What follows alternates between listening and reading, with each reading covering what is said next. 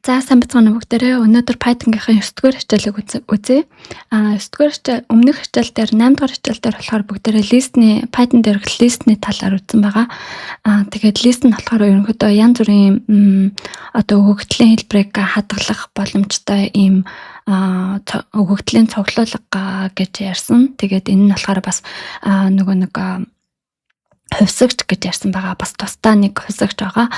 Тэгээд дотроо бол янз бүрийн өгөгдлийн төрлийг бүр лист хүртэл листэн дотор листийг хүртэл агуулж олдог ийм юм цуглуулга байгаа. Тэгээд тэр нь болохоор илүү нөгөө өгөгдөлтэй одоо олон төрлийн юм уу эсвэл нэг төрлийн юм олон өгөгдөлтэй ажиллахад хэлбэр мэдээж хэлбэр болгодог ийм юм байгаа. Тэгээ өнөөдөр болохоор бүгдээрээ tuple dictionary үзнэ. За тэгээд одоо tuple гэдэг нь болохоор юу гэхлээр яг л list шиг тэгтээ өөрчилж болтоггүй. Нэгэнт ингээд хийчихсэн болвол өөрчилж болтоггүй юм байгаа. За тэгэхээр tuple-ийг нь болохоор list-ийг нь болохоор бүгдээрээ өнгөрсөн хичээл дээр юу яасан шүү дээ. Одоо list-ийн нэрийг нь list гэж өгчээ. Тэгэнгүүт за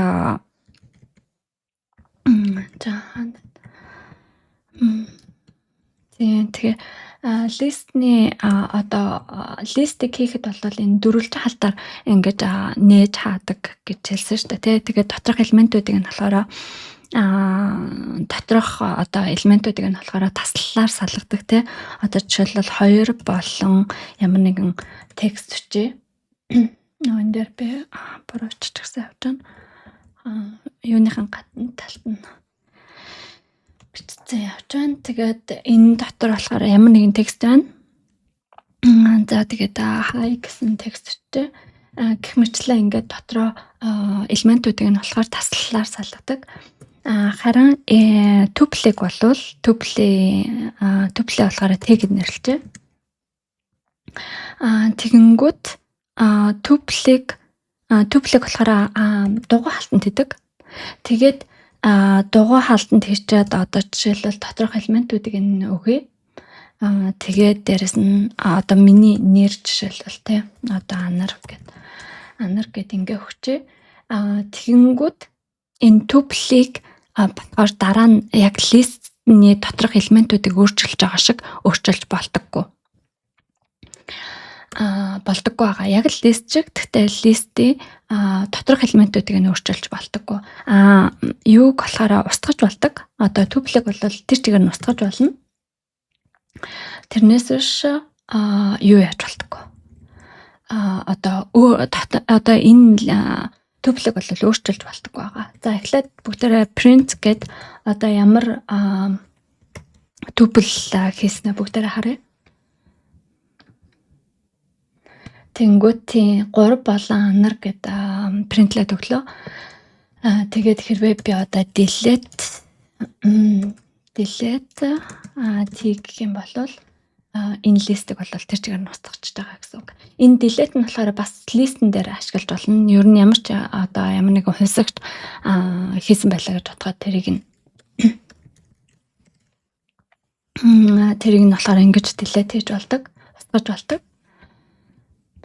За тэгэнгүүт одоо эхлээд ингээд принтлээд өгсөн. Тэгэнгүүтээ эхлээд надаа ингээд принтлээд өгсөн. Тэгэнгүүтээ дараа нь print t гэдэг дээр болохоор the name t is not defined. Одоо delete t-ийн дараа одоо би энэ принтлдэг үйлдэлийг хийж байгаа учраас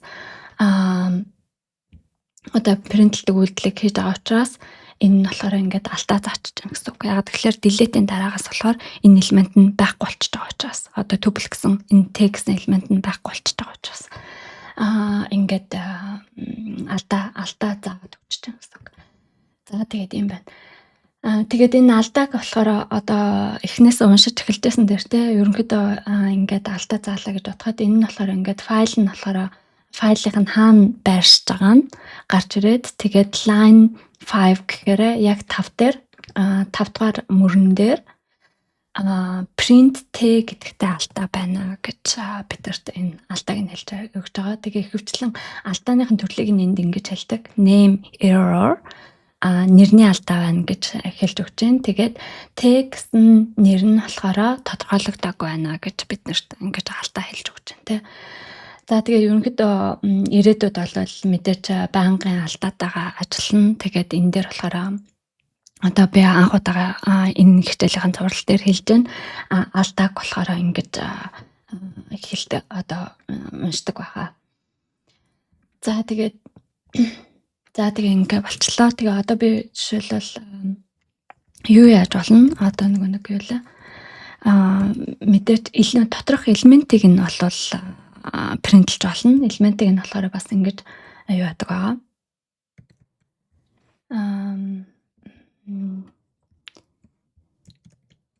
Тэ элементийг нь болохоор бас л нөгөө лист шиг бас ингэж дотор нь одоо гаргаж ирдэг байгаа.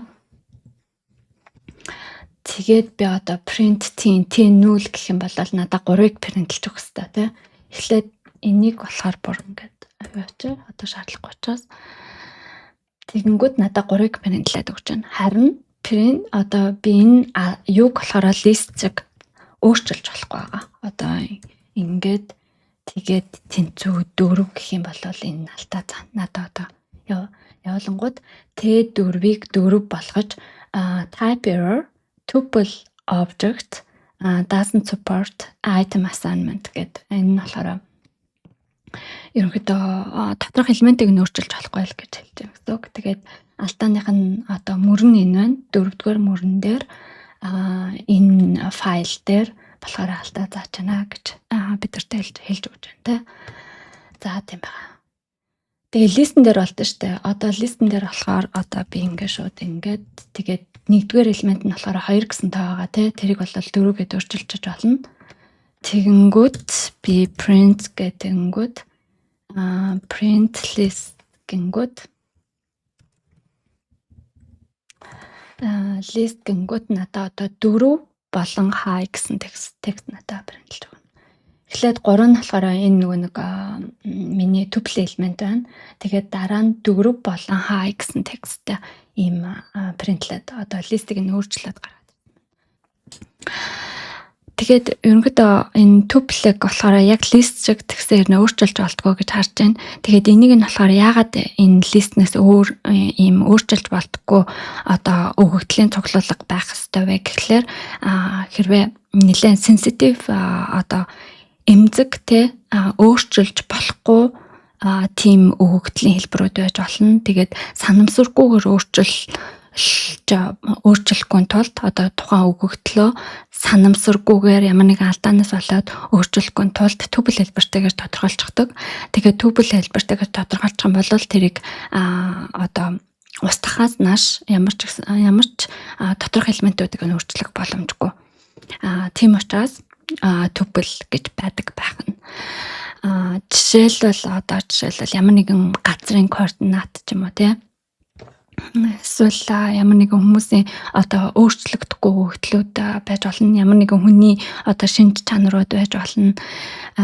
Ямар ч байсан л ямар нэгэн өгөгдлийг өөрчилж болохгүй тохиолдолд tuple хэлбэртэйгээр тодорхойлчихно гэсэн үг. За тэгээд дараагийнх нь болохоор бүгдээрээ dictionary үзье. Тэгээд dictionary-г нь болохоор ямар тохиолдолд хэрэгэлдэг гэдгийг нь үзье.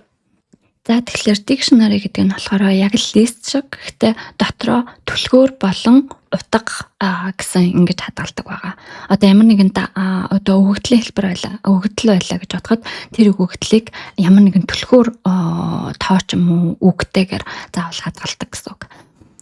Тэгэхээр одоо жишээлбэл нэг одоо жишээ нь гэх юм бол утасны жагсаалт байж болно те. Нэг ангийн хүүхдүүд байлаа гэж бод те. Тэгээд бүх нэрийг нь жагсааж тавиад тэгээд арталт нь утасны дугаарыг нь тавилаа гэж бодоход dictionary хэлбэртэйгээр хадгалж болно. Яг тэгэхээр нэрнүүдийг нь бүгдийг нь ингэж жагсааж тавьчаад тэгээд арталт нь утасны дугааруудыг нь одоо тавьчих болно гэсэн үг.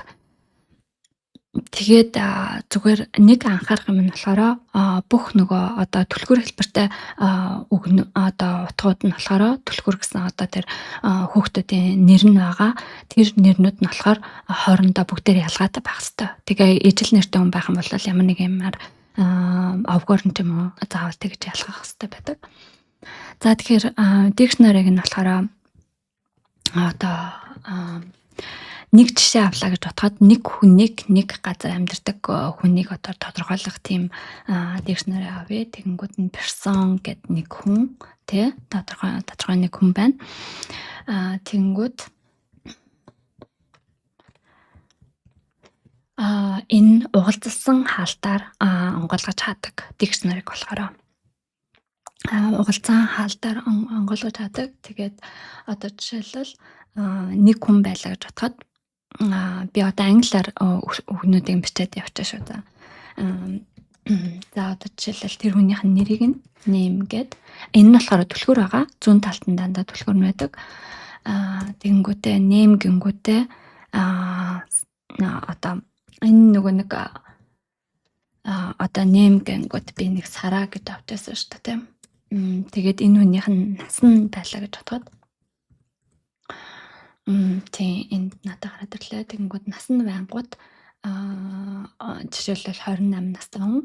Тэгээ хаана амьдардаг вэ гэхлээр Улаанбаатарт амьдардаг. Одоо city гэдэг тэгэнгүүт энэ хүн нь болохоор Улаанбаатарт амьдардаг. Тэгээд энэ нь болохоор яг нэг юм дикшнери person гэсэн одоо өгөгдлийн хувьсагчийн утган дээр хувьсагчийн нэрэн дээр хадгалсан юм дикшнери байгаа. Тэгээд энэ person гэсэн юу нь болохоор дикшнери нь болохоор дотроо 3 ерөнхийдөө өгөгдөлтэй тэгээд түлхүүр болон утганаас хамааралтай. Тэгээд нэр гингүүд Сара, нас гингүүд 28, хаана амьдардаг вэ гингүүд Улаанбаатарт амьдардаг.